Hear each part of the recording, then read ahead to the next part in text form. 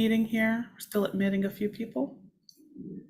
Hey, Brittany, we are live on YouTube. I'm going to give you host control and we can begin whenever you're all ready. Got it. Awesome. Thank you. Welcome everyone to the 2023 Candidates Forum. Some of you see are back from yesterday's event. Welcome. Tonight we have several candidates who are going to be on the docket this evening to answer some of your questions. To start, our Elections Committee Chair, Ed Abbott, is going to give an introduction, and then we'll get right into the meeting. Okay. Welcome to Resident Association's 2023 Board of Directors Candidate Forum. I'm Ed Abbott, Chairman of the Elections Committee. On behalf of the committee, I want to thank everyone for attending tonight. I especially want to thank the staff for their effort in planning and organizing this forum. For this election, the membership will elect 5 Resident Association board members, 1 at-large director for a 3-year term, 1 at-large director for a 2-year term, 1 at-large director for a 1-year term, 1 Hunters Woods Dogwood District Director for a 3-year term, and 1 apartment owner representative for a 3-year term. This year, elections will be open on Wednesday, March 1st, and run through Friday, March 31st. Members may cast their votes online or by mail. Please remember that a quorum of 10% of the membership is required for each open seat on the board for the election results to be valid. As a non-stock Virginia corporation, RA requires a board of directors. RA members elect the board. In turn, the board is responsible to the members for setting policy, evaluating the CEO, and approving the budget. These duties and responsibilities, among others, are included in RA's governing documents. This evening, we'll have an opportunity to learn about each candidate's position on various issues within our community. To ask the candidates a question, you may raise your hand using the hand raise button located on the participant pad in the Zoom, or type in your question using the chat feature. Also, the Elections Committee has received questions prior to this evening, which we'll pose to the candidates. We have limited time for this evening's forum. As a result, we will pose as many questions as time will allow. We'll alternate between those that were submitted prior to the meeting, those that were posed by tonight's attendees by raising hands on a first come, first served basis, and those that might be submitted via the Zoom chat feature. Let's begin with opening remarks. Each candidate will have 5 minutes to make an opening remark. Once each candidate has made their opening remark, we will begin the question and answer portion of the evening. Thank you, Ed. And just to go over a few house rules this evening, I'm going to touch base on a few things that Ed mentioned. Generally, the rules of debate and rules for some of our members who are in attendance this evening. The moderator will alternate between the candidates in offering the opportunity to respond first. Each candidate will have the opportunity to answer. The candidate speaking will have 1 minute to respond to the question, after which, if you've exceeded your 1 minute, Sean Barami will give you a notification that you have 10 seconds to wrap up your comment before we move on to the next candidate. A verbal warning will be given for each person who goes over. We do ask that you be mindful not to exceed your time limit because time is limited this evening. We want to give all candidates the ability to answer their question and not be rushed to the next question. So please be mindful of the time. Some rules for our members. Questions must be relevant to all candidates. Members posing questions live at this event will have 10 seconds to speak. Questions must be posted in the form of a question as opposed to a statement, and must be open-ended. No question constituting a personal attack on any candidate shall be allowed. Okay? And I'm seeing that we have majority of our candidates online this evening. If you could all turn your cameras on.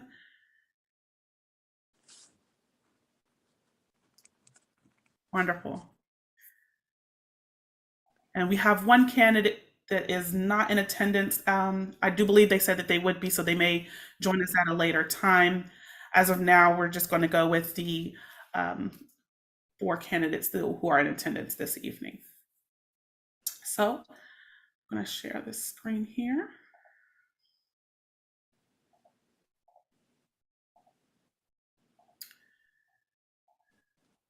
So just to kind of go over a few things, these are our 2023 board candidates. Last evening, you all heard from Jean Zapfel, John Farrell, Margaret Perry for the 3-year at-large district seat. This evening, we're going to have Jalal Mapar, Michael Brandlin, Trevor Graywatch, Robert Petrine, and possibly Mr. Johnson, Travis Johnson, in attendance this evening. At this time, we're going to go into our opening remarks. For the opening remarks, each candidate will have 5 minutes to speak. Please be aware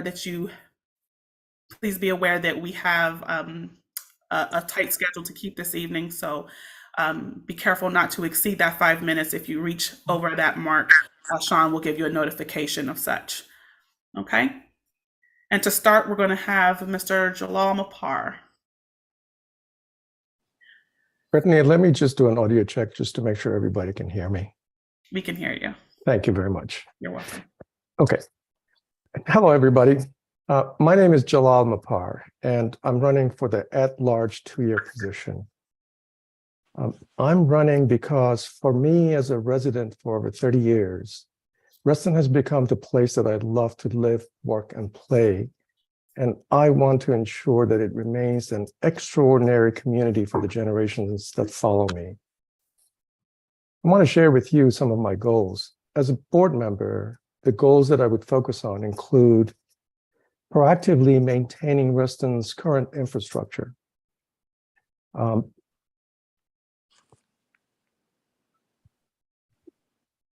Thank you. The second one is paying attention to and being responsive to member needs with timely and effective communication, and encouraging the members, you, to participate in your community. The third one is building partnerships with other organizations, specifically local and county, outside of Reston, so that we are able to be influential in the larger issues affecting Reston. Ensuring RA budgets are well constructed is another one. We have to make sure they're thoughtful, detailed, and reflect the current and future needs of the community while making sure assessments stay reasonable. I want to share with you a little bit about myself and my background. My background as a senior advisor for emerging technologies and a member of the senior executive service in the federal government currently make me uniquely qualified for this position. I have a lot of experience managing large budgets, over $45 million, leading largely staffed entities, over 25, 30 people. And in my current job, I regularly develop and implement plans, and I repeatedly deliver the expected results. I have worked with both at various levels of leadership and have built trusted relationships in many localities that serve our communities with technology solutions. I've also served as a board member and president of my previous HOA, and therefore I'm thoroughly familiar with RA operations, governance, regulations, and board's decision-making process. And I have to share with you that even as a resident, I've had my share of frustrations with RA as well. So, and for over 10 years, I volunteered as a soccer coach for Reston Soccer and mentored kids. And I'm proud of the fact that a high majority of those kids ended up in college, including my son who went to Taraset, Hughes, South Lakes High School, then ended up at UVA, and then UCLA. And now he lives in Reston and he loves it. He finds this his house, his home. And also, it's a delight for me that I occasionally run into some of the soccer parents here in Reston. Very interesting. And oh, by the way, I still play soccer myself, so I'm an active player in the area. So as a 30-year resident, I have seen Reston change from the days of no town center to now having several metro stations. I've been active in community efforts focused on issues along Sunrise Valley Drive related to commercial residential developments, but there's more to do. Reston is a great place to live, work, and play, and we love it here. My family loves it. This is home for us, and we're staying here. We're not moving to Florida. My wife would kill me. But I believe we have some challenges ahead, and we need to be prepared and be proactive. So I'm running because I care about Reston. And I'm seeking your vote because I want to put my experience and passion to work for you to keep Reston healthy and green for generations that follow us. Thank you for listening, and thank you for being here. Thank you, Jalal. Next, we have Mr. Trevor Grywatch. Thank you, Brittany. I'll do a quick sound check too. Everything sound all right? We can hear you. Perfect. Thank you. Good evening, everyone. My name is Trevor Grywatch. I've been a member of the Reston Association since our move to the South Lakes area just about 3 years ago. But really, my experience and quite honestly, my love for this area started as a young boy. I was born to a home just behind the Fox Mill Shopping Center on Woodcock Lane. And as you might have read on some of my public statements, I was fortunate enough to spend time with friends and family at a number of Reston pools, walking the trails. Heck, I even laced up my skates for the Reston Raiders at the Skate Quest rink off of Wheelie. The amenities and the activities, so much of what Reston provides, I was really fortunate to be able to experience a piece of that as a child. And I'm so happy to be able to fully share in that experience with my wife and 7-month-old daughter today. I look at this opportunity to run for the 2-year at-large position as a chance to give back to a community and an area that, as I stated earlier, has just given so much to me. Professionally, I've held leadership positions in both small and large corporations. In small business, I learned the value of lean staffing and maximizing operating funds. As a current director at a global consulting firm, I manage a $13 million line of business, as well as help lead the data analytics program of a highly visible department of the federal government. These are skills that I believe could be helpful to the board and to the organization as a whole when evaluating and crafting policy. To that point, I'm someone who believes that it's the position of the board to provide guidance, support, and oversight, but not to run the organization. This past board did a fantastic job of identifying a new CEO in Matt Cummins. And having been to recent board meetings myself and numerous listening sessions, I'm truly excited about what he brings to this organization and it would be my intention to allow him and the supportive staff at RA the space to perform their jobs. Look, I realize that many of the candidates on the ballot this year have owned or rented in Reston for far longer than I have. And their commitment to this area, their experience and desire to serve is what makes Reston so exceptional. But I do believe I could be an asset to the board, to the organization, and to its members. I'm one of the few that was shaped by many of the RA programs that I hope to help oversee. I'm truly excited to be able to help pass along those experiences to all members of our Reston community. Thank you. Thank you, Trevor. All right. And next we have Michael Branlin. Good evening, everyone. I'm Michael Branlin. I'm running for a 1-year at-large position for the Reston Association Board of Directors. I graduated from Virginia Tech in 1986 and have lived in the Northern Virginia area since then. In 2012, while living in Oakton, Virginia, we have put in an application for my son to enroll at Hunters Woods Elementary through their CETA program, Changing Education Through the Arts. It was at that point where I discovered what a diverse and wonderful community Reston was and saw what a wonderful program CETA was, as it allowed my son to flourish, where he has now become an Eagle Scout and is a freshman at the Colorado School of Mines studying aerospace engineering. My daughter's on the cusp of becoming a Eagle Scout as well. She's passed all her requirements, just waiting on the ceremony. And I moved to Reston in 2014 after discovering what a wonderful and diverse community Reston was. I've been extremely active in using all the amenities that Reston has to offer, When my kids were little, we would go to Uplands Pool. We've now migrated to Lake Newport doing laps on the 50-meter pool. I've also participated in the sprint triathlon last year. So I ride my bike, run on the trails, swim in the pools. Love that hot tub at North Shore rather. And I played tennis on the tennis courts. We have 52 tennis courts, 26 that are lit. And my new addiction, I will call it, is pickleball. I play 4 or 5 times a week. And while we only have 4 courts in Reston, the community is very active, very social. And I've met hundreds of people just by playing pickleball. I'm running because I feel it's every American's duty to be involved in our government, not just be a voter, but take their turn in civic activity. I want to see proper utilization of our assessment funds. We have over $20 million that we have to use very wisely. I want to see our assessments stay at the position they are or not go up any more than actual wage improvements. So it's actually no more higher to someone's pocketbook.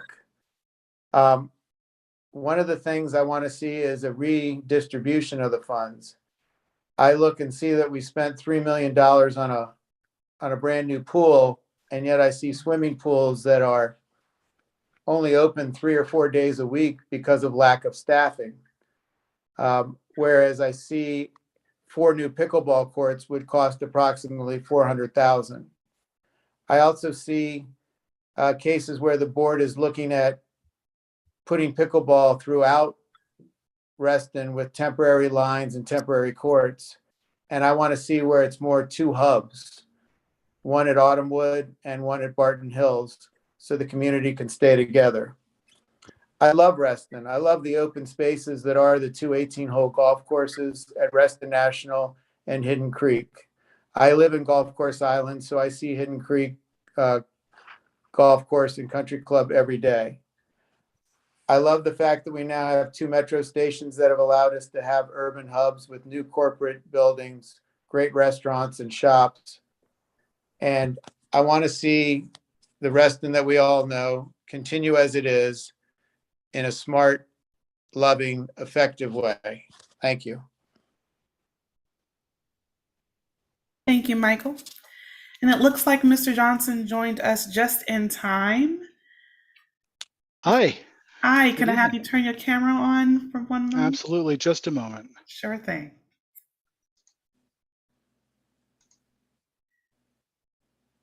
Brittany, I think you have Bob next, right? Yes. All right. You can start now, Mr. Petrine. Certainly. Good evening, everyone. I'm Bob Petrine, and I'm running for the 1-year at-large seat. I have served on the board for the past 3 years as an at-large member and have never missed a regular or special board meeting. As treasurer for the last 3 years, I have sought to improve the transparency of the association's financial operations and capital spending. During that time, RA has dealt with the impact of the pandemic, had its website and internal servers rebuilt, lost a CEO, hired his replacement, worked through the approval process and repairs and renovations of multiple pools, and completed a major renovation of a tennis center at Hook Road. All this while operating and maintaining its other 1,400 capital assets. Our 4 lakes, the 55 miles of pathways, the 1,300 acres of open space, pools, tennis facilities, playgrounds, and playing fields, as well as conducting a full complement of camps and other programs as circumstances permitted. I feel that RA has managed member funds quite responsibly. Since 2015, member assessments have risen 2.2% on a year-over-year basis, while keeping operating expenses increases to 3.3% on a year-over-year basis over that same period. By comparison, the consumer price index has increased 3.1% on a year-over-year basis over that same period. Our new CEO has been in Reston for less than 6 months, and my primary goal will be to assist him and the board prepare for the complex financial and operational challenges expected in the coming decade. My other goals: fiscal stewardship.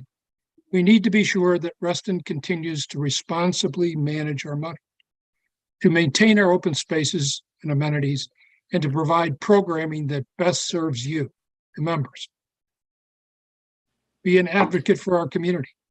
The association must engage with the business community and Fairfax County officials to ensure that RA represents the needs, the desires, and the aspirations of our community. And lastly, active engagement. RA must actively reach out to you to ensure that it is representing the community's priorities. Please allow us to do that by signing up for RA's newsletters, where much information is posted. Also, when you vote, please opt in on the ballot with your email to RA so that we may communicate with and serve you directly.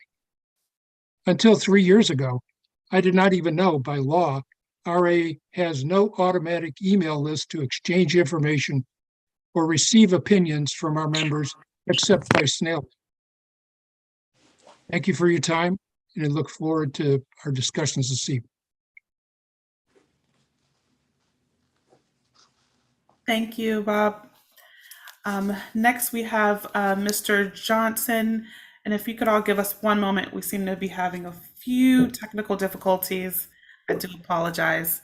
Bear with us while we work through that for 1 second, please.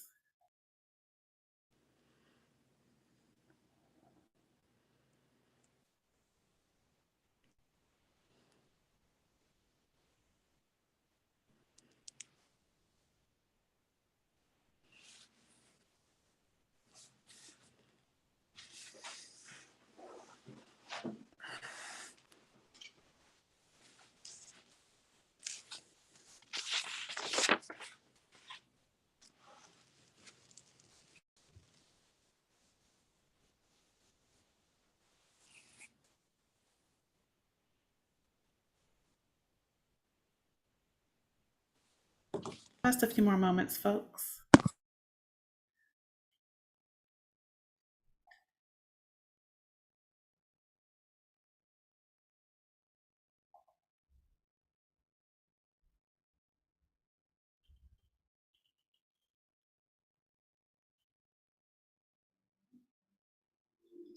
Mr. Johnson, I'm going to ask if you could try exiting and re-entering the meeting. If Sure. you are not able to access the video icon. Sure.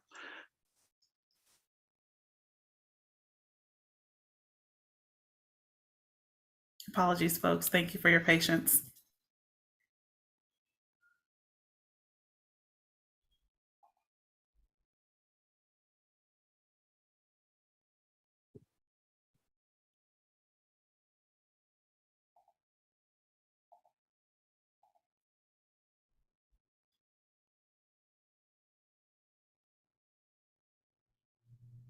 Looks like it worked. Wonderful. All right. Fantastic.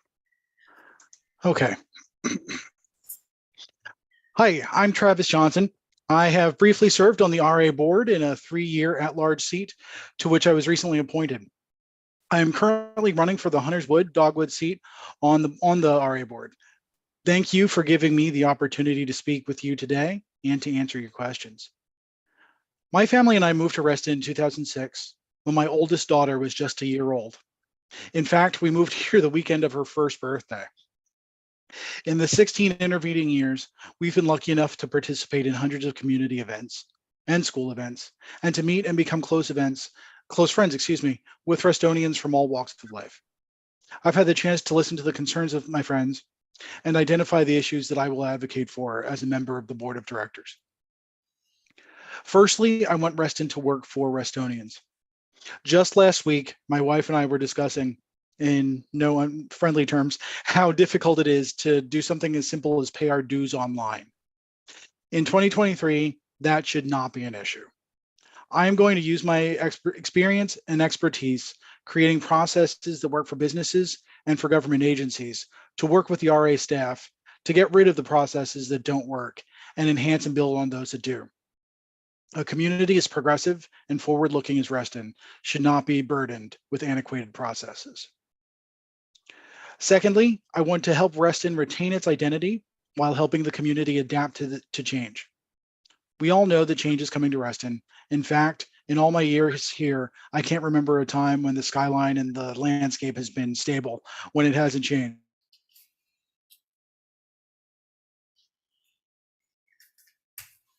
Froze. Mr. Johnson, your connection has lagged a bit and we cannot We hear have more and more people coming here every day. Change is wonderful, but what must not, you lost my audio? We did lose your audio. Okay, just a moment, please. Can you hear it? Can you hear me now? We can hear you now. Okay, We've got good. About 3 more minutes. Okay, I don't need that much time. But what must not change is our commitment to a clean, green environment. Most of us chose to live in Reston because we fell in love with its trees, lakes, and open spaces. I want to work together with our board, community, and elected officials to ensure those things do not change. Lastly, I want to work with the board, the RA staff, and the community as a whole to ensure every Restonian feels like a valued member of the community, whether it be regular visits to cluster meetings or outreach to our non-English speaking communities. I want to work hard for an inclusive Reston. Thank you very much for your time. Thank you, Travis. Okay, and I'm just going to go over a few more of those general housekeeping rules before we get into it, just because a few people kind of joined in at the last minute or in between while others were already in their spiel. So just to let you know, as we go through and we answer the questions, you do have 1 minute per candidate to answer your question. Once you reach that 1 minute mark, we'll notify you that you have 10 seconds to wrap up your comment for the next candidate to start in. We do ask that everybody try to be mindful and honor that 1 minute, as we have quite a few questions tonight, and I see quite a few people have already started asking some questions here in the chat. And with that, I'm going to have CO Larry Butler kind of keep track of who's going to be answering questions next while I ask some of these questions, just so that I don't go off course. So with that being said, we're going to start in on our first question. And I do believe we have Trevor asking the first question. Is that correct, Larry? Okay. All right. So the first question that we have tonight is, how will candidates engage the hundreds of apartment residents?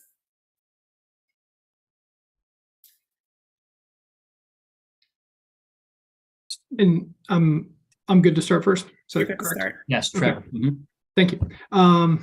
Thanks, Brittany. So how would board members kind of engage the Reston Apartments and community members there? I think one of the biggest things that we do need to make sure that we establish potentially is an opportunity to create a cadence.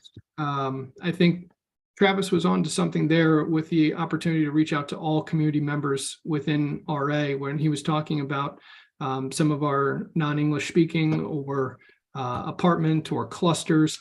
And I think establishing a kind of a set of expectations of when RA would be out there, getting an opportunity to publicize and advertise as we make our way around, each member getting an opportunity to go out to some of the different clusters and apartment and condominiums, getting a chance to talk to those communities, engage them, hear some of their concerns as they do differ from those that may be in single family homes. 1 minute. So I think establishing a schedule that we could publicize would be really helpful.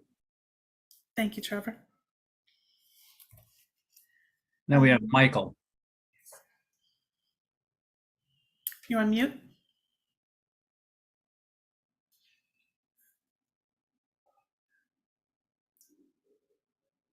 There you go. You may Hi, begin. sorry about that. I think the easiest way to reach out to the folks that live in an apartment would be through the management companies. They would have access to everyone's information. And if we engage the management companies and let them know what we're doing so they can post it in their buildings and put it in their newsletters. I also think most apartments have community rooms, and we could set up community outreach points where members from the board just go there and sit in the community room and take questions from anyone in these buildings. I love the fact that Bob Simon made it where non-owning people could actually vote, engage, run for the board, and be as active as anyone with ownership within Reston. So I think it behooves us all to make sure the folks in the apartments are as engaged as possible. Thank you, Michael. Bob? Yes. It's been an enormous challenge to engage with apartment dwellers. We had the experience last fall of on a much more micro level with one segment of the community when we did door-to-door well, I was going to say solicitation, but actually meeting with the people that live in the Shadowwood condominiums when we were seeking their input on what improvements should be made to the Shadowwood pool.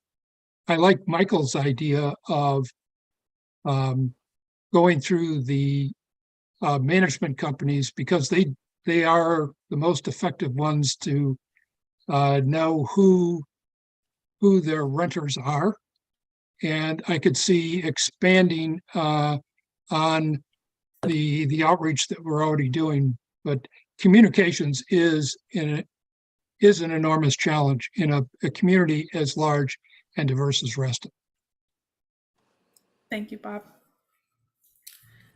Travis?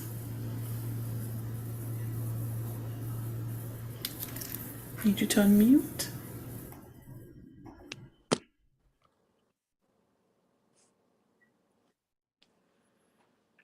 There you go. Travis? Yes, to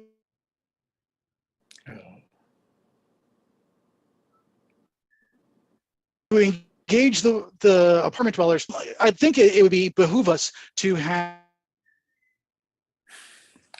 Travis, I think you're experiencing a bandwidth issue with your video on. It seems that you're cutting in and out.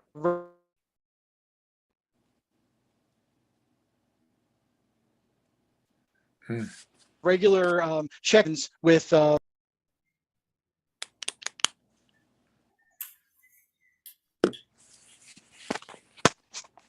Travis, as Sean noted, it might be worth cutting your video off so at least the audio can come through.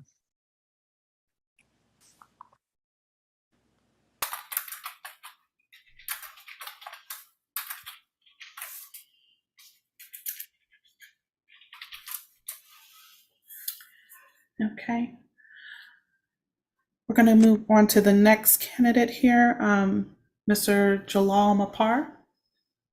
Brittany, just for clarity, could you repeat the question again? Because Sure. we've had some issues with technical, and I just want to make sure everybody's focused on that. Thank you. How will candidates engage the hundreds of apartment residents? Well, I think the major thing is communication. And it's not just sending newsletters and emails. That's a one-way communication. I think we need to be mindful and proactive. I think we need to reach out to them, maybe invite them to come to the RA board meetings as speakers to talk about their needs, about their concerns. On the return side of things, maybe we should think about RA just doing specific listening sessions for the management companies that manage the condominiums, apartments, and so on. I really think they are part and parcel of Reston and what Reston stands for. They need to be involved. We have to listen to them. Thank you, Jalal. Okay. The next question we have is someone submitted from the chat. And that is, what does RA's slogan, "Together we make Reston great," mean to you? First up is Michael. I think that just goes to the inclusivity of Reston.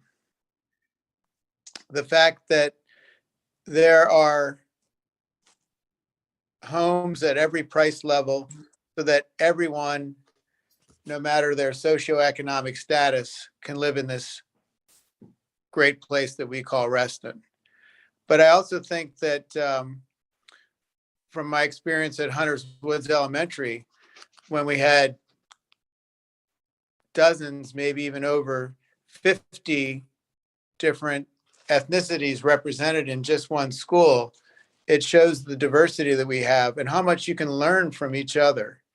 The fact that we all don't go to the same church or have the same sport that we like, and that our activities are so diverse, whether we want to kayak in a lake or play pickleball or swim in a pool, there's something here for all of us. And I think That's what wonderful. that means, we get stronger by being together. Thank you. Next, we have Bob. Yes. Ruston was created as an open community, the first open community in the Commonwealth of Virginia. And on that premise alone, over the past almost 50 years that we've lived in Reston, there has been a continuity of collegiality and togetherness that, although it has changed over that period of time because the area around us has changed, Reston has been able to maintain the basic tenets that were set forth when Reston was created. And I think all the efforts today are to build upon the principles upon which Reston was developed: to live, work, play, and participate in our community. And that's what makes Reston great. Tonight's forum is wonderful, that we have people who are willing to participate and be on the board of directors. And I look forward to working with all of you. Thank you, Bob.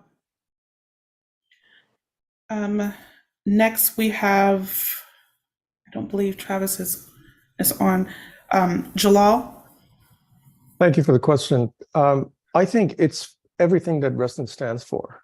I have lived in other cities, big towns. Houston is an example where there were zones, areas, wards, where people were recognized for their income level, their status, and this, that, and so on. One of the main reasons that we've stayed in Reston is that does not exist here. Everybody's equal. We're all the same, regardless of age, sex, orientation, whatever you do, income, this, that, and so on. We're all the same. And together being as one Reston, I think that's the DNA that was the original vision behind Bob Simon's development of Reston. So that's what it means, just being one. And I have to say, when I was coaching soccer, I had kids and everybody was the same. Everybody was an equal. There was nobody bragging about this car or income or anything like that. And I think that's the beauty of Reston, and that's the way I think we should keep it. Thank you, Jalal. And Trevor? Together we make Reston great. I think you heard through some of the candidate stories in our opening remarks, kind of the various ways that we've come to know and love Reston. I think that's a microcosm of the way this community operates in every region, every corner, and every district of it. Residents remain here or have the ability to remain here throughout their lives. Second generations, third generations of families. I think Jalal said that his son has since gone out, went to multiple colleges and had an opportunity to come back and loves to be here in Reston. I think that's what's so unique about this. This isn't a retirement community, nor is it a single, a college entry exclusive to young people. This is something for families of all varieties and all religions, all backgrounds, all incomes, to come in and be able to establish roots together and join a great community. So I think that's what it's meant to me, and it's been great to hear some of the other stories being shared tonight of how their families have come to be a part of this great place. Thank you, Trevor. Brittany, may I add just 10 seconds? Well, we can get back to you. Travis, you can go ahead and unmute. The question was, what does RA's slogan, "Together we make Reston great," mean to you? Oh gosh, it's pretty much exactly what I was talking about in my opening. When I first came to Reston, we initially fell in love with what Reston looked like. We loved the openness, we loved the integration of nature with modern architecture. But what we quickly came to love was the people. We really enjoyed being around everyone here in Reston. We enjoyed participating in events with people in Reston, and I really feel that what's so important about Reston is all of its people. And when I say all of its people, I'm talking about the people who live in the multi-million-dollar mansions to the folks who rent homes over here in my district in Hunterswood, Dogwood. Restonians come from every walk of life. And that's something that I think is very often missed when people discuss Reston. And my goal as a member of the board, and really just as a member of the community, is to do everything I can to make sure that we can all live, work, and play here together. All right. Thank you so much, Travis. And now back to you, Jalal. When you respond to another candidate's inquiry, you have 30 seconds to make your comment, and each candidate will have 30 seconds should they choose to follow up on your comment. So your 30 seconds starts now.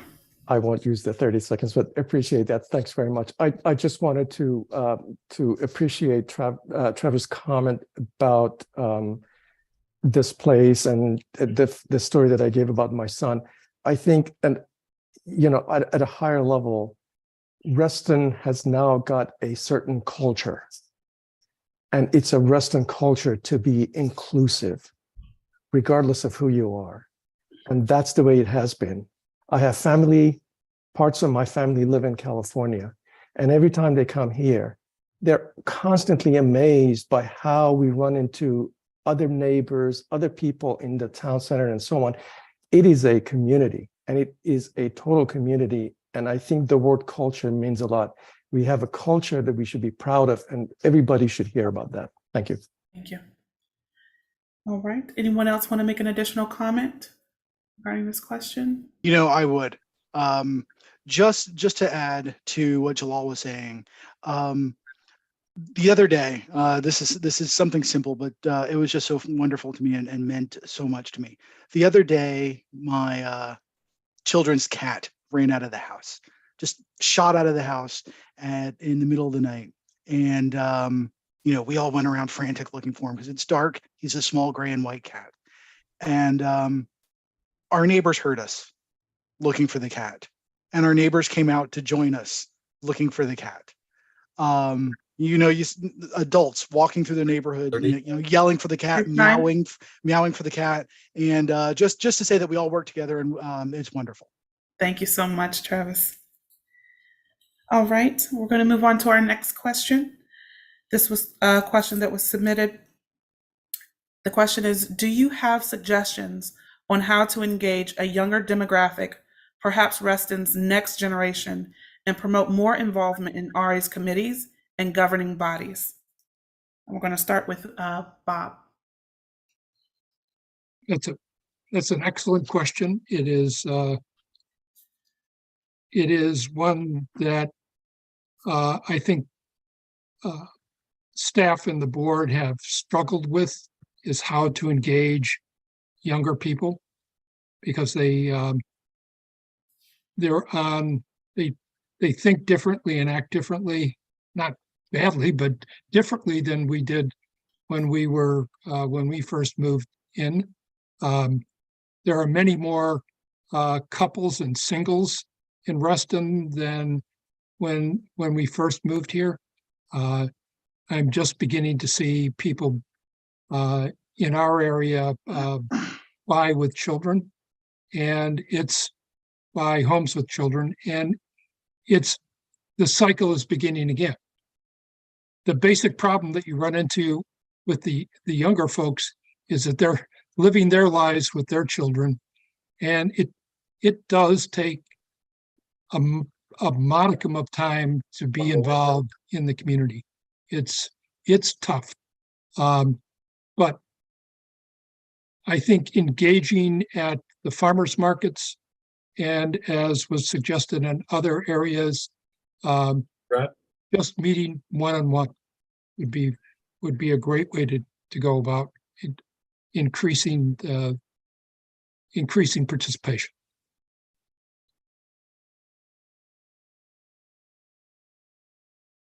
Brittany, you're Next, muted. we have Travis. Sure. I think there are a number of ways we can reach out to younger folks. Like Bob just said, there are people who, younger folks, and I'm gradually coming out of the younger folk demographic, but folks who have kids who are active. It's very difficult to be able to make time to do things. So what I would suggest is a couple of things.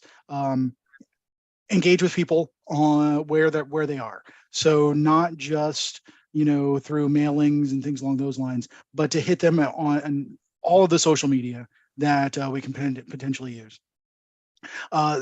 Be out at school events. The best way to find a parent in this area is to be at a PTA meeting or to be at any of the local school events.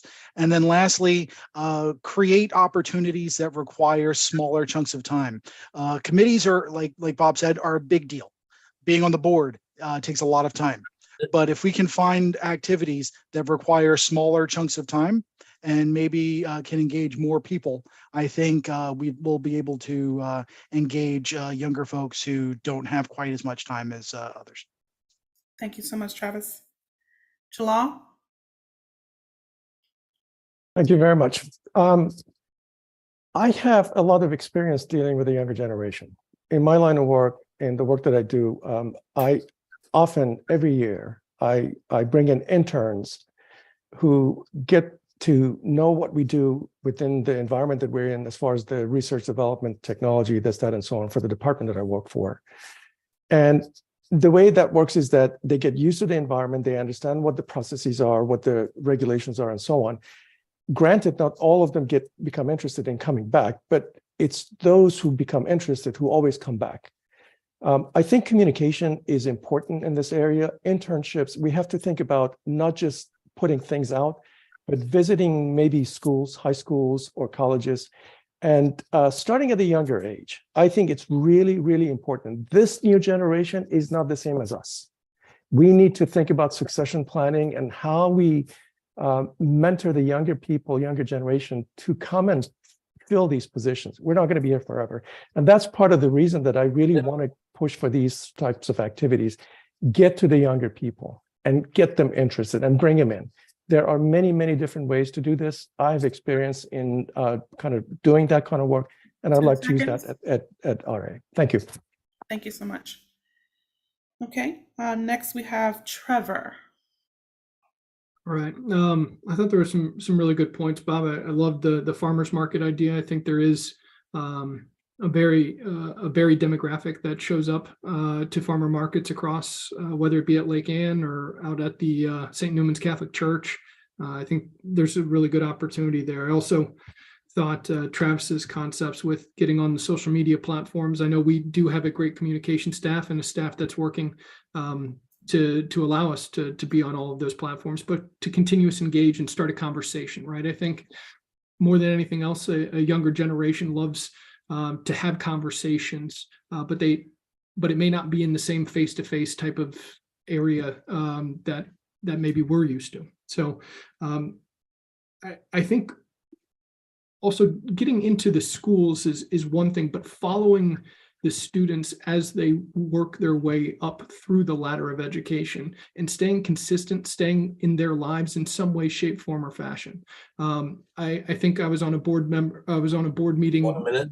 this past month, and we saw a group of 9 and 10-year-olds get a chance to ask the board questions.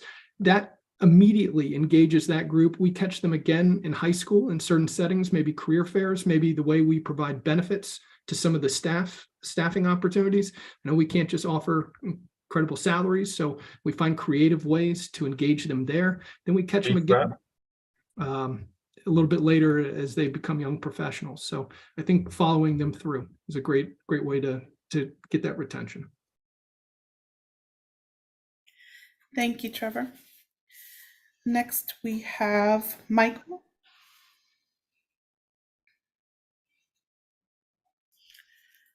Mr. Brandlin, you're on mute. So first we have to connect to them where they are, which is on their phones, whether it be Instagram, Snapchat, even TikTok. I know when I try to text my 19-year-old and 16-year-old, I don't always get a response, but if I chat through them via Snap, I hear back instantly. So we have to relate to them. The other thing, we need to focus on experiences instead of things. I know the younger generation would rather have an experience than go shopping and get the latest outfit. So we have to create things that they would look forward to in Reston, which is so easy to do here. I'm going to speak a lot about pickleball tonight. You're going to hear that often from me. I can't tell you how many times I have played pickleball with 3 kids from high school or college, and we had very little in common except pickleball, but eventually we start talking about so many things. It's a great community builder.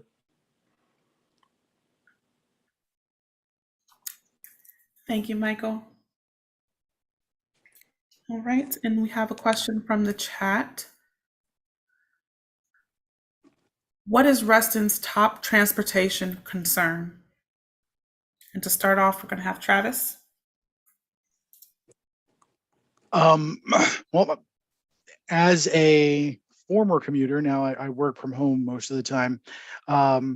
My observation is, is the relation between folks on bicycles, pedestrians, and drivers.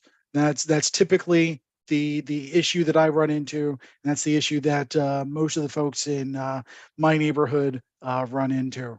I don't have a solution to that problem, unfortunately, yet, but I am really looking forward to working with the board to identify a potential solution and implement it as quickly as possible. Thank you, Travis. Jalal? Thank you. I think one of the biggest issues in terms of transportation is the traffic that we're going to face in the future. With the new development, there will be lots of new residents. The road conditions will change. In fact, I have been active with our Sunrise, Save Our Sunrise group here and working with the developers just to make sure that the pedestrian walkways were done properly. At least we had our input in there. So that would be the main thing. I think we're going to end up with more traffic lights. I think it's going to increase the traffic flow, and it's going to affect people, the residents who've been here for a long time, the new ones coming in. So that would be one of the main issues that I would worry about, and I hope that RA will be able to address that. Thank you, Jalal. Trevor? in some of my door knocking, I've come across this. I live along the Glade corridor in the South Lakes region. And so there's kind of two aspects. And I don't know if this is necessarily the biggest for all Restonians, and I can appreciate that. But the bus routes were recently changed in this area, and I think throughout most of Reston. And that's caused great consternation for a lot of folks that relied upon that. So now we have folks that are walking a significant distance to be able to get to a bus stop, and they don't have a sidewalk on Glade for for stretches of a half mile or so. There is no kind of safe way to do it. If you know the area, you can work through some of the clusters. But the combination of the change in routes without the community input, or as much community input as I think we could have lobbied for with the connector there. And then two, the safety of kind of where some of those stops are located is something that I think we should take a moment to look at and try to address if possible. Thank you, Trevor. Michael? With our new urban areas that have been established, whether it be at the Wheelie Metro or the newly opened Reston Metro, where we have large buildings on both sides of the toll road, we have to find a way to reach out to the corporations, the tenants there, and their employees to incentivize use of mass transit, whether it be a bus or the actual metro itself. If everyone that works in those buildings is a driver, we're not going to have any place to park, and it's going to be a nightmare for those folks to commute there. So even if we have to divert some of our funds to incentivize that, to make Reston more livable and manageable, perhaps we have to do that. I got stuck in that gas leak diversion last week, and it took me 26 minutes to go a half mile. And I don't want that to become the norm. Thank you, Michael. Robert? Yes. I think it depends, number one, on your demographic. Where are you in your life? Secondly, Reston can influence but not dictate any aspect of transportation. We're not a government. It's one of the hardest things that we have to deal with, where we can lobby the county, we can lobby the state, we can lobby the Northern Virginia Transit Authority to increase funding for infrastructure. It is difficult.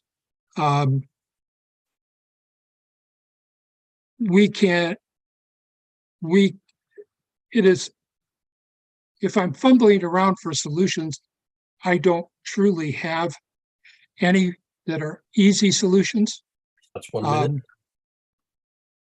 It is a problem that we will face largely because of the way that transportation is funded in the Commonwealth of Virginia, over which we have little to no control.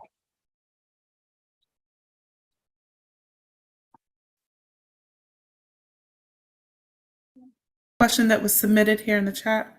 Brittany, I think Travis has Travis. Oh, okay. Go ahead, Travis. You have 30 seconds. Thanks. I live along the same corridor that Trevor does. Our districts are flush against each other. And I think, while we can't solve the transit situation with the buses, I think what we can do is start to work on ways to make that commute more comfortable for bus riders. So, on the board, I think that is something that we should bring up. And it's a real conversation that we should have to find a way to make it, to facilitate that for our neighbors. Thank you. Bob? I agree with Travis. I would like to see the county or VDOT put in bus shelters, and with live schedules, so people aren't standing for hours on end waiting for a bus that may or may not come. I know it exists. I lived for a period of time in the tens within the last 7 or 8 years in San Francisco, and all of their bus stops That's 30 had seconds. an active scheduling system, and you didn't need a phone to use it. Thank you, Bob. Did anyone else want to add on? Brittany Jalal, may I add 10 seconds? Sure. 30 seconds. Thank you. I wanted to agree with comments that were made and wholeheartedly. I think at the end of the day, it's a safety issue, safety and security for whoever is commuting, whether it's on the bus stop, or the roads and the walkways and so on. And what concerns me is with all the development going on, we have to worry about, how making sure that the children don't get stuck in these crosses here.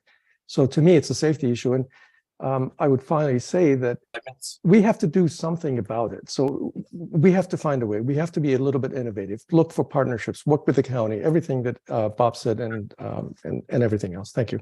Thank you so much. All right. Did anyone else have a comment? No? All right. Next question. What do you consider are the most important characteristics and qualities of a board member? We're going to start with Jalal. Okay. By the way, this doesn't count towards my 1 minute. I keep switching my video just to make sure that I don't lose the video or the bandwidth and all of that, just to be on the safe side, just as a note. Well, that's an interesting question. What I would have to start with is to say humility, integrity, being principled, respect, dignity, and more importantly, ability to compromise. When you're looking at a board, everybody comes in with a different opinion. You have to compromise.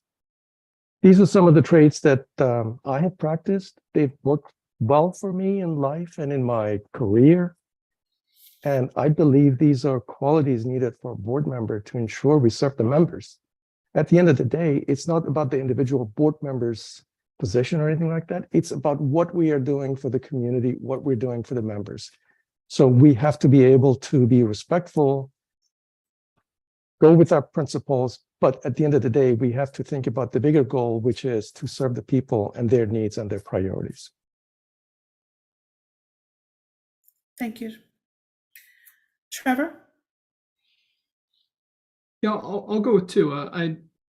Commitment, I think, is one, and humility would be the other. The commitment aspect of this, many of us are having the opportunity to run for these positions this election cycle because of a number of resignations. And those resignations could be for any variety of great and legitimate reasons. And it's not about kind of how this came about, but about the opportunity that's now here. I think having a commitment to being prepared, being ready, and fully serving, the time that you've selected on the board, I think is a really can be a really strong message to the community and to those that are working with you on the board. The second would be humility. So basically knowing what you don't know and being honest and transparent about that. I don't think anyone here understands all. I think there was a question yesterday about the Reston Master Plan, and it's okay to not know all 180 something pages of that document, but having the commitment to study it, to learn it, and to ask others about it, I think is where that humility kicks in. Thank you, Trevor. Michael? I'm going to ask you to unmute yourself.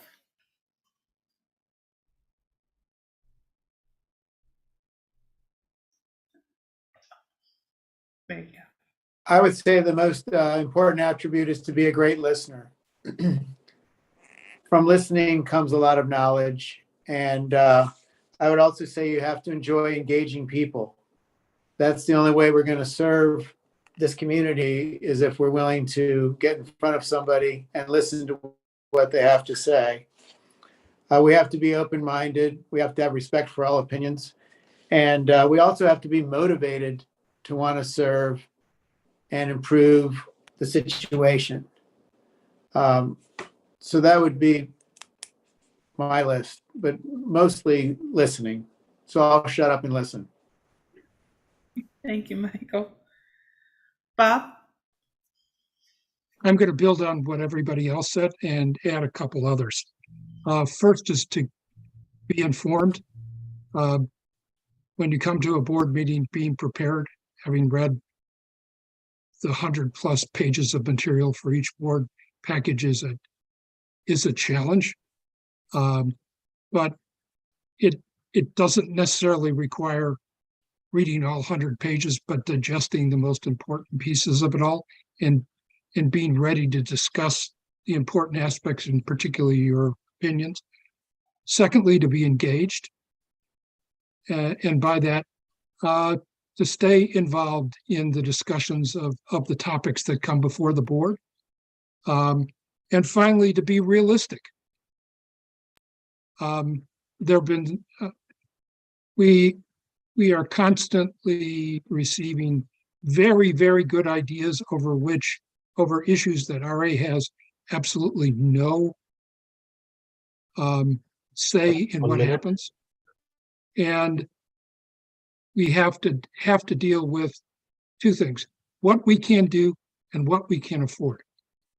And I'm sorry if I'm kind of raining on parades, but that's the reality of the Please wrap. homeowners association. Thank you.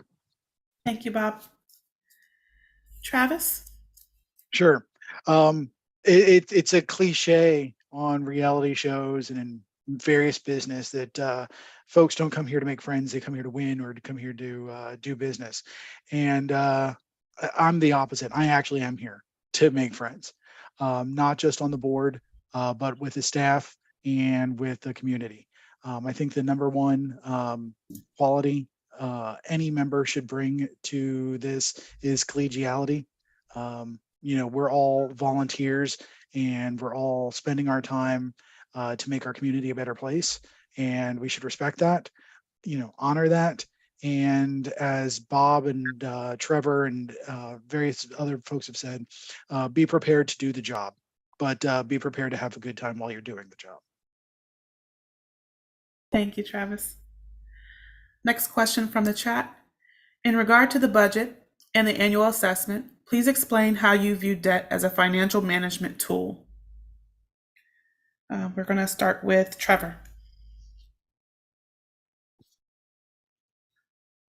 Well, I think there was a period of time, and we may have passed it for the immediate future or the immediate, but there was a time where taking on debt was a very strategic and fairly easy thing to do. It was cheap to do it, and we have since kind of moved past that from a macroeconomic standpoint. And so I think we would be cautious to live outside of our means. And as an organization that is not a revenue generating organization, I think you have to be very careful about how deep you move into debt, as we don't have a lot of mechanisms to move ourselves out of it other than raising dues for the association. So that's how I view that debt in particular. Thank you, Trevor. Michael? You on mute, Michael? When will I learn that? I believe our funds are somewhere north of $20 million annually that we have to spend wisely. As was just mentioned, it's a finite amount of money. We have to keep our assessments as frozen as possible with the inflation, I believe, that's happening all around us. Wages are going up, but I believe costs are even larger than the increase in people's pay. So we have to be cognizant of that. And I think we've done a good job. If you look at most of the budgets, we're well over $1 million that we're not spending. So I believe we keep on that same path. And as Bob said, we've been below the index, and we've been at 2.2%, which is below the above 3%. So I think we just have to be smart. Thank you, Michael. Bob? This is a complicated issue. RA has, since its inception, been a pay-as-you-go organization for the reasons that Trevor mentioned and for the reasons that Michael mentioned. If we go and begin to borrow, which is possible, it has been suggested by numerous board members over the years. Once you get into that cycle, it is hard to remove yourself from it, because largely you're like the federal government, you're borrowing against future taxes, or in our case, future assessments. So it is something that we may have to consider, we might consider, but it will take a fair amount of time and a lot of analysis and a lot of discussion with the membership to go that route and away from the mode that we've operated in for the 60 years that we've existed. Thank you, Bob. Travis? To reiterate what a number of other folks say, I think we should be very careful about debt. We have exited the era of easy money. Interest rates are much higher than they have been in the past. So I think, again, I think we should be very cautious about debt. But at the same time, I think we need to recognize, we heard at a listening session last week that the purpose of the board isn't to hoard money, but to make the association a better place. And I think we absolutely need to find a balance between protecting our financial interests, which is extremely important, and using whatever financial tools we can to keep making Reston better. Thank you, Travis. Jalal? Thank you. Let me start by saying that I don't like debt. As long as I've lived here, I've never heard of Reston RA budgets going into debt or doing anything like that. That's my view. Having said that, we need to look at the financials. We need to see what we're looking at. This really gets back to the other issue that I hope will come up. We need a CFO. We need a CFO for this organization, which is sort of beyond me for an organization with a budget of about $20 million plus. We don't have a CFO. We need to have a CFO. She needs to be involved. We need to look at the financials. We're not like the federal government. We can't take debt on. Once you get into it, it's not easy to get out. Why create a risk for ourselves? But again, having said that, we also need to listen to the membership. We need to listen to people, see what they feel. We have to do a survey. We have to get their opinion. I think that combined with a good assessment of where we stand on things will give us a better idea. Do we want to take that on? But there's just so many questions that come up. How much? How late? Is it a bond issue? What do you do with that? When do you pay it? Don't want to kick the can down the road for the children, for the next generation. Thank you, Jalal. Okay. Next question.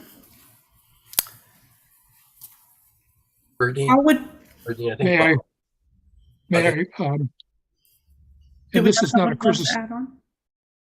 Okay. Go ahead, a Bob. quick comment. Based on Travis's remark about hoarding cash, I know it wasn't his comment, but it is a common misconception that we sit on a lot of cash.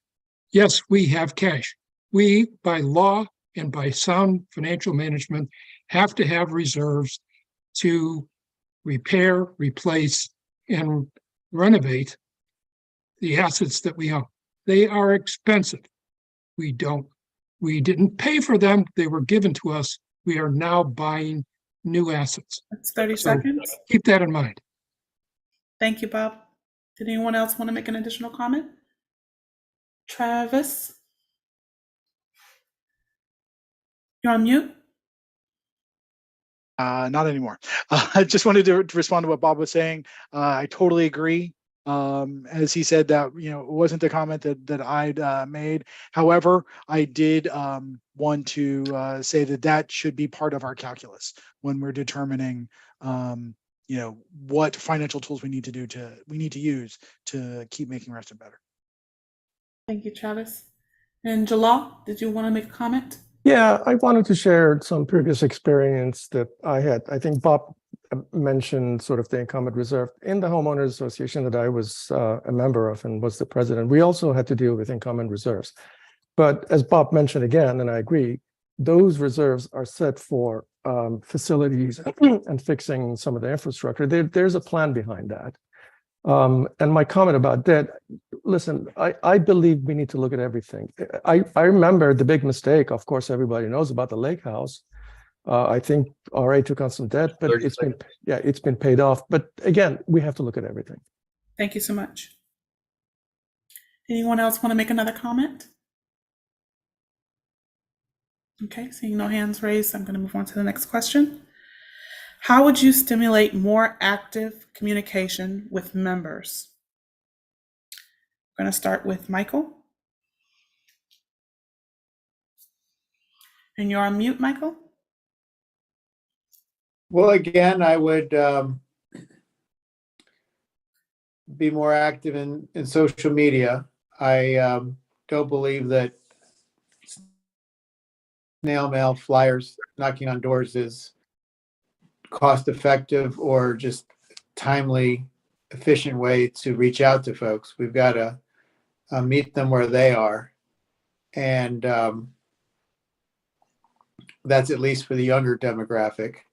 But also just being at places where they're going to be, whether that's at the parks, the pools.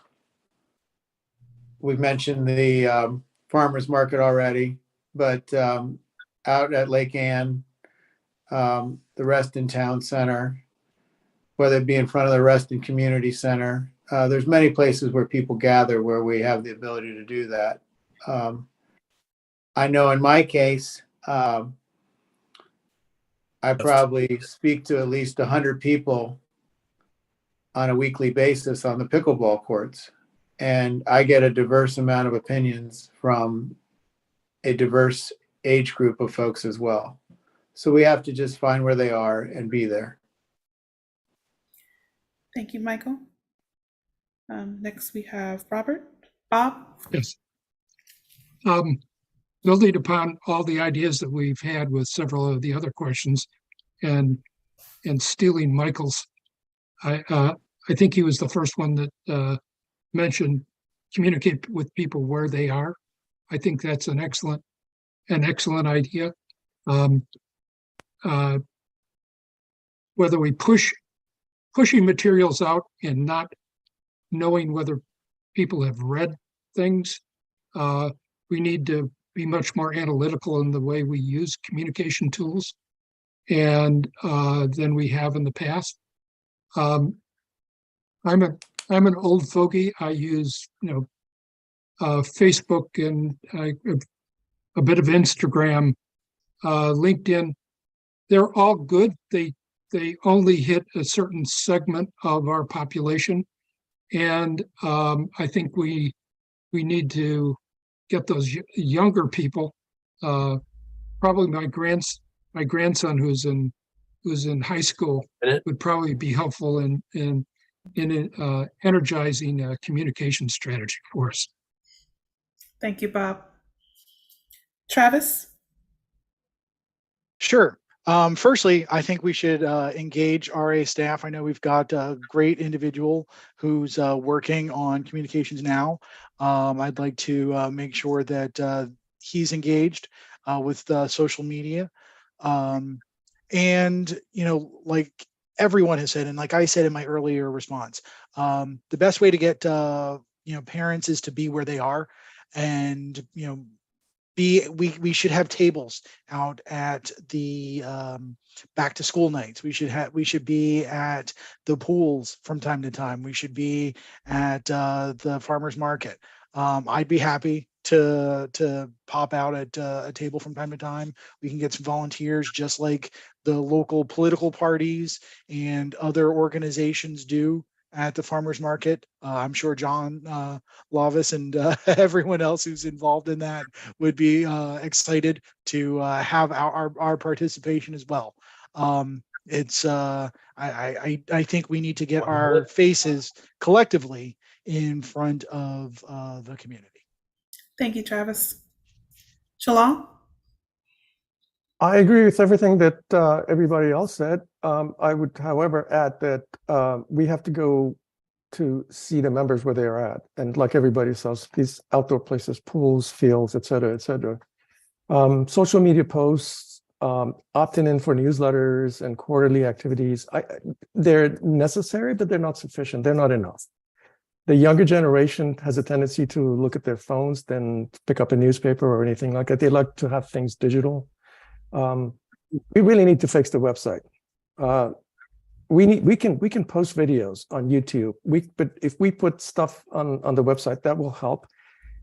We need to engage and be proactive. Maybe get invited speakers from cluster associations or other places to come to the board, or go to them, offer speaking engagements to them, bring maybe VIPs from the county, from other places as a means of attracting, to incentivize people to attend, and that way we can communicate with them. There are many ways to do these things. I think a communications person would have much better ideas in terms of implementing those.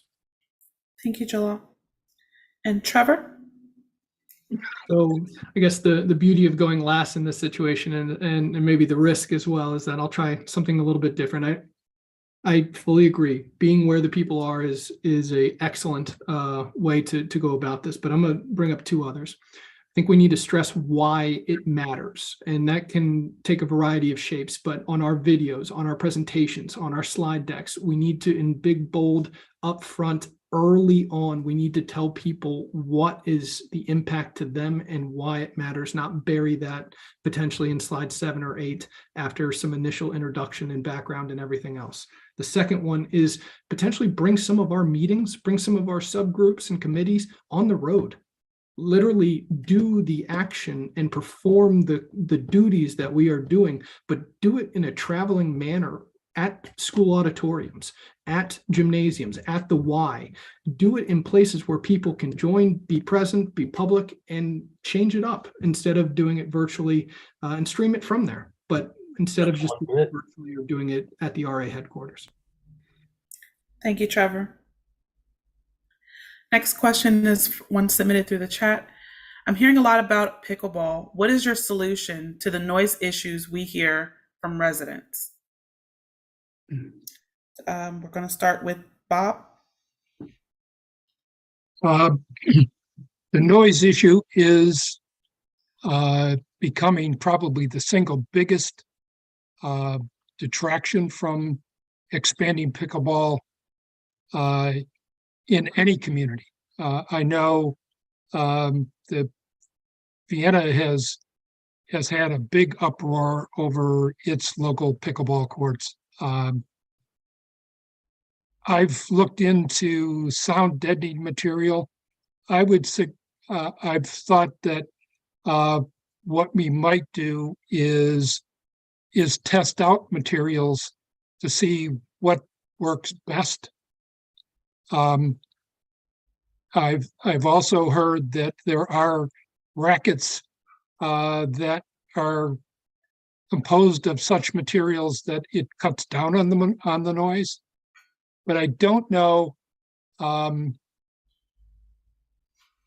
firsthand just how much of a problem noise is. But I'm certainly willing to, look into it and try our best to minimize the impact on the surrounding neighborhoods. Thank you, Bob. Travis? Sure. I will start by saying I am not a pickleball player. Pickleball was not something that really got onto my radar until I became got involved with the RA board again. I'm more of a PlayStation and an Xbox player than I am a pickleball player. However, I've done a lot of reading. I've talked to a lot of friends who are pickleball players, and what Bob said is, I think spot on. Looking into additional materials, there's acoustic fencing that can be used. There are paddles that can be used that reduce the sound. So, we can mandate those for the pickleball courts, or there are balls that reduce sounds. We can require those. But what I think we really should do is seat a a fast moving committee. I don't mean, a long-term commission, but I mean, get some people in a room for, 2 or 3 focus sessions That's 1 and minute. discuss that pickleball, the solutions to the pickleball problem, because, as Bob said, it's becoming an issue in a number of communities, and it'd be fantastic if Reston led the way on identifying and implementing a solution. Thank you, Travis. Jalal? Thank you. First of all, let me just say, as somebody who is really active in playing soccer on the fields and so on, I really appreciate and respect people's desire to play pickleball as an activity for them. I respect that. That's a need. That's what the members want. I think one thing I've learned in my life, in my career, is doing a lot of research, development activities, technologies, and so on. Is if you don't know you don't have a solution, look around and see what others have done. Pickleball is now becoming the #1 sports, I think. It's becoming really popular. Clearly, there are areas, other towns, other localities that have those, and they've done something about the noise level. So I agree with Travis as well. I mean, we just have a look at this. Let's just do some research, but be mindful that this is what the people want, what the members want. So we have to respect that. Look, there is a way to manage the noise. And I would say it would be a shame to not look into that and find a solution and stop people from being active in the area. That's the DNA. That's the DNA about Reston that I was mentioning about. That's Simon's vision of green space, people coming together, and activities, live, work, play. That's what it's about. Thank you, Jalal. Trevor?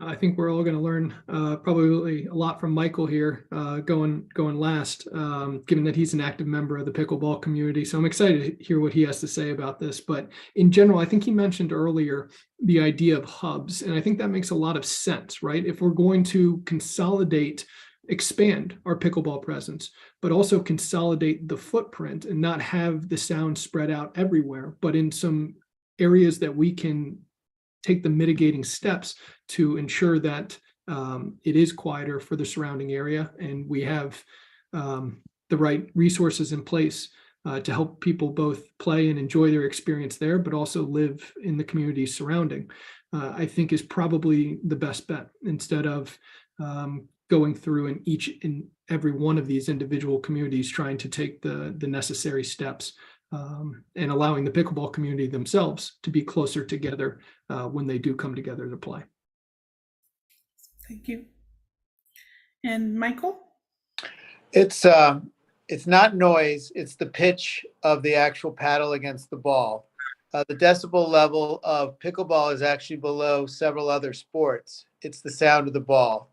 The best way to make that not an annoyance is to reach out to the surrounding areas and have those folks try pickleball. Then all of a sudden, when they hear that sound, they're like, oh my gosh, people are having so much fun. I wish I could be playing right now. So as I mentioned earlier, and as Trevor just said, Autumnwood has 4 dedicated courts. They have 2 tennis courts that have temporary courts on them. They need to become 4 more permanent courts and have that be an 8 pickleball court hub. Barton Hills needs to become 100% pickleball when it's revamped later this year, and it has 12 pickleball courts. Then you would have 20 pickleball courts in only 2 locations. And Travis, no offense, but if you tell me what paddle I can use or what ball I can use, you'll have mutiny on your hands. It's going to be up to the manufacturers to figure that out. It is the fastest growing sport in America. And as the Conference of Mayors, all right, I'll finish. The Conference of the Mayors recently had Steve Kuhn from Major League Pickleball attend, and he couldn't stress more how municipalities have to be in the forefront of pickleball for it to be the most inclusive sport that it is now for anyone from age 3 to 93. Thank you, Michael. All right, we're going to move on to a submitted question here. I think Travis has a 30-second. Oh, sorry, Travis, go ahead. Your time starts now. You're going to ask you to unmute. Michael, I would be the absolute last person to cause a mutiny over pickleball. But I think if we have a commission or committee or whatever we put to a focus group, I think you need to be leading it, my friend. Thank you so much. 30 seconds. Go ahead, Michael. I am an administrator on a WhatsApp chat group that has over 100 members. It's called Cool in the Gang, and it's all things pickleball. And I do feel that I have a pulse of that community, and I would gladly accept that offer if it ever came to fruition. Thank you. Thank you, Michael. Anyone else want to make a comment? Okay, seeing no hands raised. I'm going to move on to the next question. Over the years, the participation of eligible voters in RA board elections has been relatively low, ranging from just over 10% to as high as 16 or 17%. What would you propose to elevate the participation rate of RA eligible voters? I'm going to start this question with Travis. To make it, to make sure that folks understand the importance of it. I don't think anyone feels, that the decision, I shouldn't say anyone, but I think in many years, a lot of folks don't recognize the importance these elections have on their day-to-day lives. They've all got busy lives. They've all got activities that they're focused on, and what's happening at the homeowners association outside of their dues really doesn't matter. And for folks who are renters, I know when I was one, I didn't even have to do the dues myself. My landlord did. So there was a real disconnect between myself and between the board and the members of the community. I think what we need to do is do everything we can to throughout over the course of the year, make it clear that this is important, that what we're doing, what we're talking about has a real impact on their day-to-day lives, and appeal to their own needs in order to make sure that the community's needs are reflected. Thank you so much, Travis. Jalal? Thank you. I think that's been a major issue. We need it again. It gets back to communication. I would suggest that we need to work with organizations like Rescue Reston. They did a fantastic campaign as it relates to the golf courses. Many of us understood really the dimensions involved, the severity of that activity in terms of what was happening to the golf courses, and we supported those. SOS Save Our Sunrise, and another local organization that really worked with the new developments in terms of the walkways, the buildings, and so on and so on. If those organizations are able to reach out and inform the people, and agree with Travis, if we are able to let people explain to people the importance of the issues that they're facing, how it affects them, I think we can do much better with attracting, getting people to come and vote. I think that is one of those issues that RA really needs to pay attention to, because it's the influence that we want to take to the county in terms of issues that affect Reston, and we need to get people involved. Thank you, Jalal. Trevor? So one of the reasons why I decided to run for a at-large position was because I wanted there to be some choice. And I think people are far more engaged in elections that have a choice. We have so many positions in the past few years go unopposed. that people don't think their vote matters, because quite frankly, as long as it gets to 10%, it doesn't. There's only one candidate that they can select for a particular role. So I was so encouraged this year. I know we've dropped, some folks have dropped out, but I was so encouraged this year to see that there was initially 3 people for the 3-year at-large seat.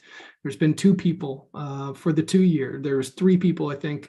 I know we may only have 2 here tonight on the 1 year, but I thought there was 3.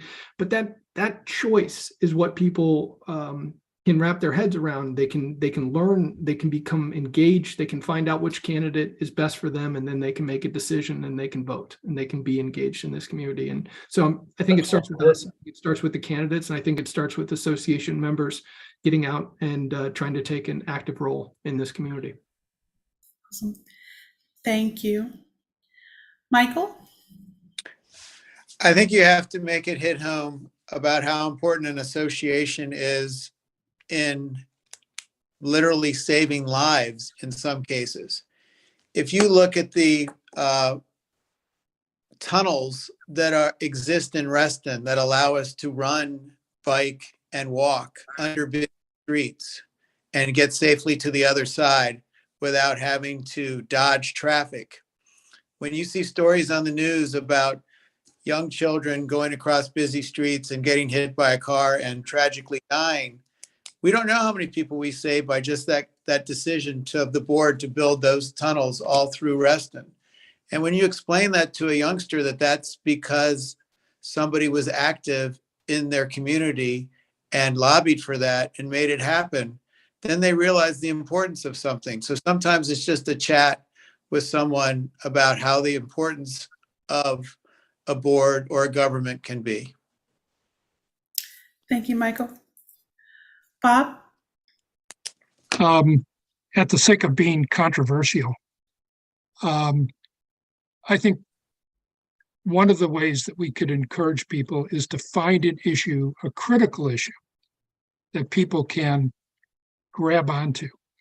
The last big issue in Reston, which generated an enormous amount of enthusiasm, was the county, the Board of Supervisors' attempt to do away with the density cap in Reston back 5 years ago.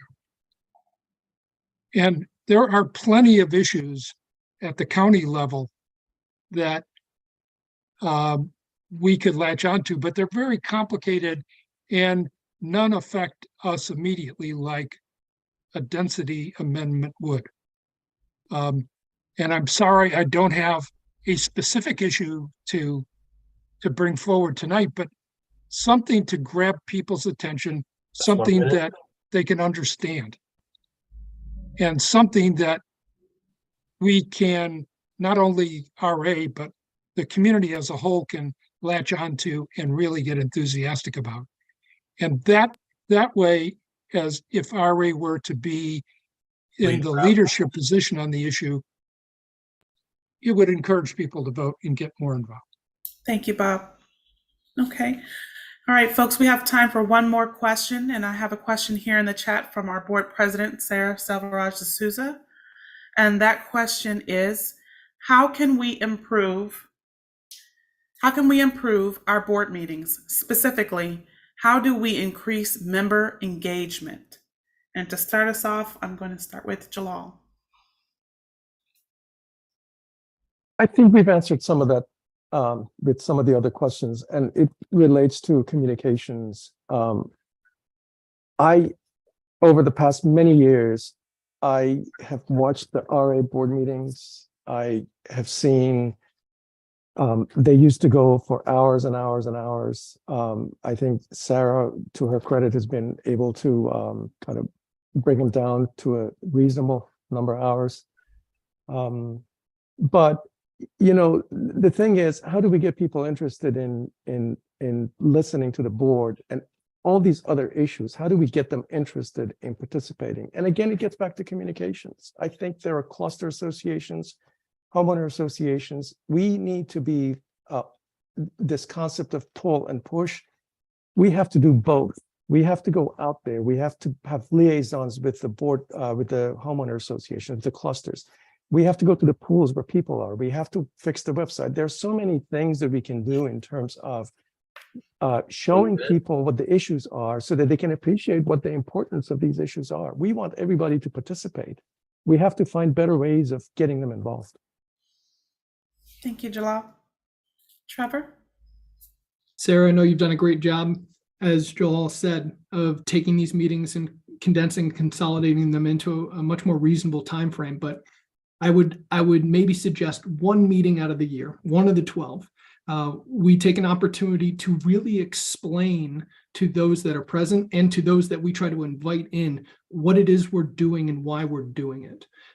These board meetings move fast. There's a lot of jargon that I think maybe some folks may not fully appreciate or understand what's transpiring. And if we took one session, extended a little bit, and gave a little bit of context and background behind what we're going into, what we're doing, I know we have done a little bit of that. I think even more could be really helpful. The second thing is, I would take, if possible, I would take the meetings on the road, similar to the listening sessions. If we were able to host and hold a board meeting in a more public facing area. I know we've done it in the past with the RA building, but outside, go to the community centers and invite people there to see and meet the board members. That's 1 minute. I think it could be incredibly valuable to the engagement. Thank you, Trevor. Michael?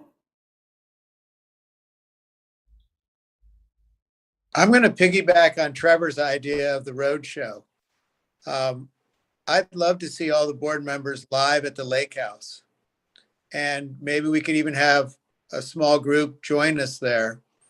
And maybe somebody would actually want to rent it for a wedding or some meeting from being there. They could walk over to Lake Newport and see the tennis courts. Maybe they would start to play tennis. There's plenty of locations where we could achieve this. I think for those of us that have gone to work every day and don't work from home, Zoom is not our best friend.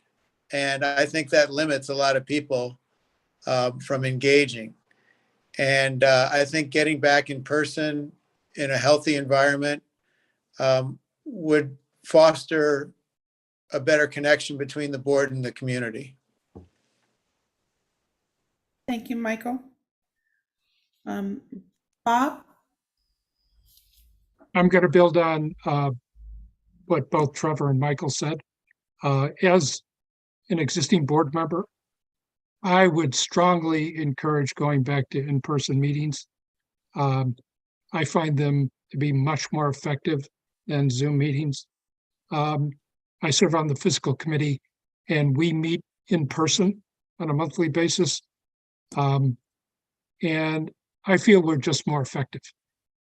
Secondly, I would like to see, personally, I'd like to see fewer items on the board, on each board agenda, and more time spent on each item, so that we could have a complete discussion. We wouldn't feel rushed to get through items. We would select them more carefully. And lastly, I would like to continue the videos. I found them to be very helpful, to force board members like myself to be succinct 1 minute. and try to be as meaningful and content rich as possible. Thank you, Bob. Travis? Sure. I'm going to aggregate what a lot of people have said because there have been a lot of great ideas. Roadshow is fantastic. I would love to go out to various locations around Reston to host these meetings live in front of people. I think these shorter meetings that Sarah has implemented are fantastic. I've been through some of the 3, 4, 5, 6 hour meetings, and they were horrendous. I'm glad we're in a much more manageable time frame. I like what Bob was saying about having fewer items on the agenda. So we have not just more time to talk about it, but I think that's easier for folks to wrap their heads around when they come to the meetings. And I'd also like to take advantage of technology. So when we do have these meetings streaming on YouTube, maybe have little pop-up links to information. If you'd like to know more about what, Bob is saying, click here for, some charts, click here for some additional data. The technology's there. Most of us grew up during the age of many of us grew up during the age of pop-up video on VH1. We remember seeing the little pop that came up and gave you a little more information for each song. I think we could do it in a board meeting, and I think that would make it more engaging and more useful to the members. Thank you, Travis. All right, and okay, Jalal, you wanted to add on? Got 30 seconds. May I? Yes, I wanted to add to what Travis said. As somebody who lives in the world of technology and seeing things, all kinds of stuff, just a couple of things, observations. Listen, the COVID has changed everything for us. And I have to admit that if it wasn't for all these Zoom meetings, I would never be able to attend all these meetings and just follow through and get questions, send things, and so on. And as we think about the next generation coming after us, in terms of getting them involved, I think we have to be mindful of those. So everything that was said by everybody, Bob, Michael, Trevor, Travis, yes, necessary. I think there's another element that, again, as we think about this, let's think about the future and use technology to our advantages. Make sure that we get people involved. Thank you, Jalal. Anyone else want to add on?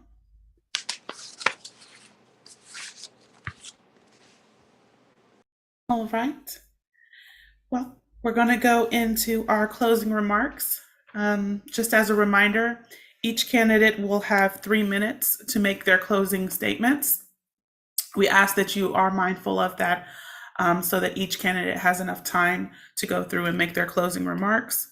To start off, we're going to start with Mr. Grywacz. So Trevor, whenever you're ready. All right. Well, I probably will not be taking the full 3 minutes here, but I just want to thank Brittany and Sean, Ed, Larry. Thank you for putting on this event, both last night and tonight. They've been run incredibly well, and I think it's part of the outreach that we've been talking about, right? How do we get people engaged? Well, we give them an opportunity to learn and listen from the folks that are running. So this has been a really great experience, and thanks for doing it.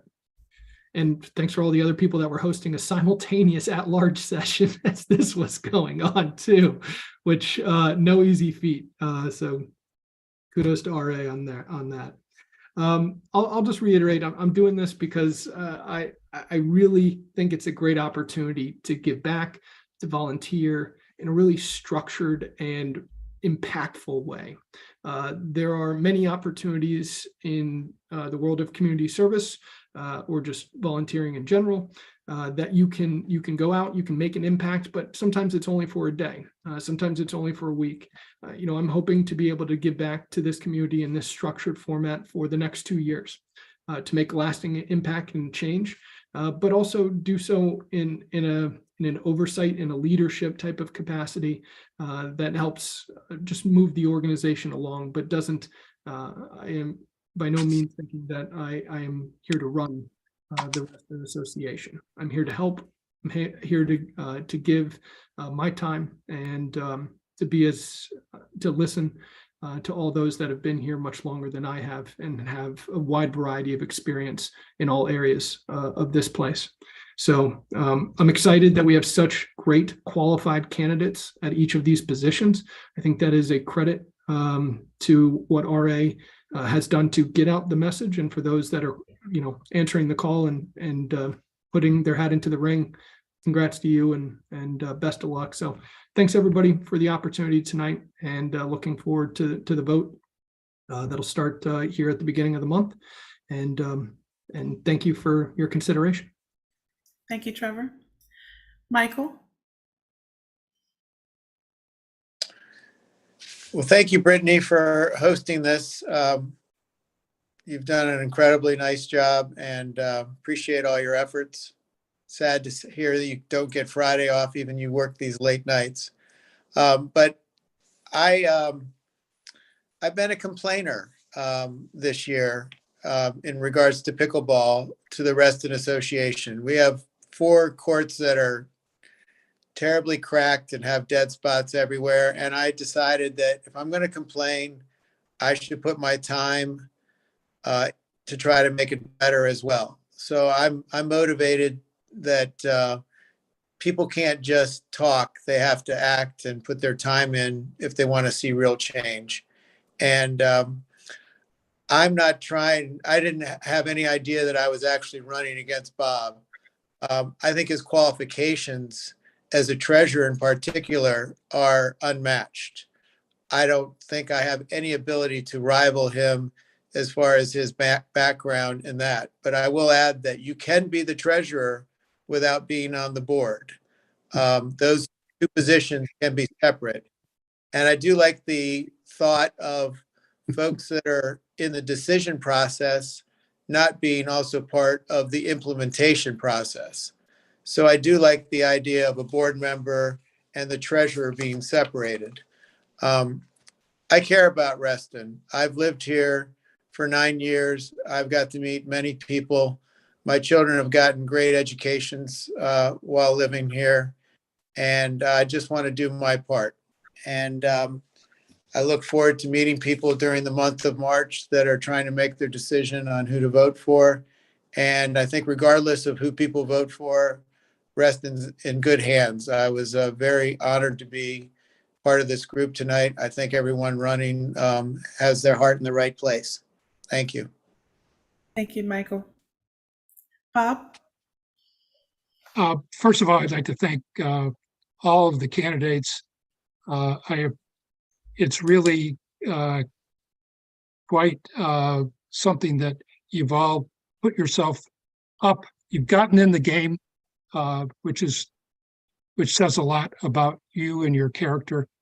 Thank you, Michael, for pointing out that I could be treasurer if I wasn't elected. My wife will appreciate that, I think.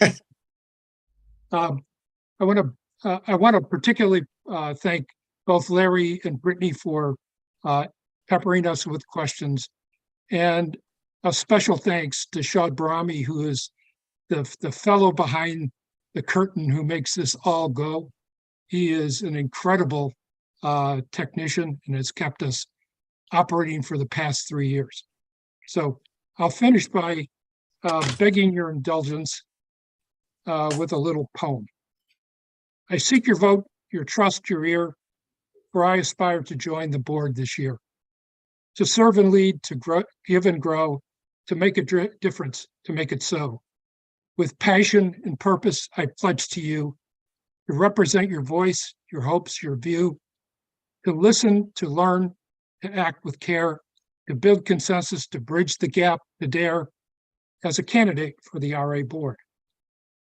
I bring experience, skills in a can-do accord to collaborate, to innovate, to excel, to make the organization thrive. I believe in the power of teamwork and respect, in the value of diversity and intellect, in the importance of vision and a plan. If you share my vision and trust, if you want to make a difference, please cast your vote and let me serve. Thank you very much for indulging me. And thank you again, everybody, tonight. It's been fun. Thank you, Bob. Travis? Well, I am not at all excited about having to follow the poet laureate of Reston. This is not fair. But I want to thank everybody, firstly, for bearing with me as I had the technical difficulties getting started this evening.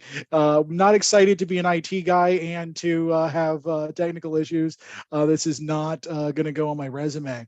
But I am, however, excited about, as I said earlier, I am here to make friends. And I could not be more excited to make friends with everybody who is running for this board right now.